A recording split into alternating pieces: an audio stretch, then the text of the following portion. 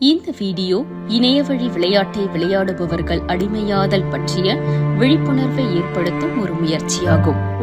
இணையமயமாக்கப்பட்ட ஒரு நகரத்தில் பல கனவுகளுடன் வாழும் ஒரு இளைஞன் இணைய விளையாட்டால் ஈர்க்கப்படுகிறான்.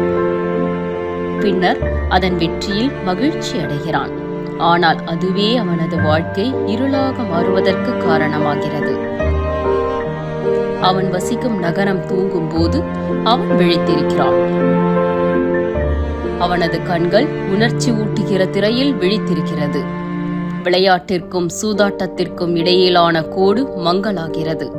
அவன் ஒரு வலையில் சிக்கினான். அவனது வாழ்க்கை கட்டுப்பாட்டை மீறுகிறது. உண்மையான நண்பர்களை இழக்கிறான். வாழ்க்கையின் தரம் வீழ்ச்சியடைகிறது.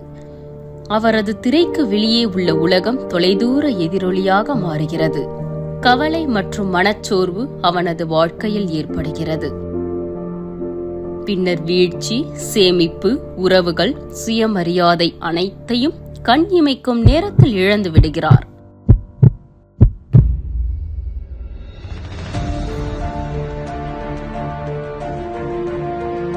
விரக்தியின் விளிம்பில் இருந்து மீண்டு நம்பிக்கையுடன் பொறுப்பாக இணைய வழி விளையாட்டை விளையாடுவது எப்படி என்பதை கற்றுக்கொண்டார்.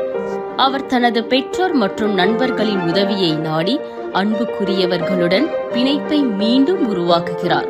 தொலைபேசியில் செலவழித்த நேரத்தை குறைத்துக் கொள்கிறார். இணைய வழி விளையாட்டு மற்றும் சூதாட்ட அடிமைத்தனத்தின் பிடியில் சிக்கியவர்களுக்கு உதவி எப்போதும் கிடைக்கும் என்பதை நினைவில் கொள்ளுங்கள். உங்கள் வாழ்க்கையை மீட்டெடுக்க தாமதிக்காதீர்கள்.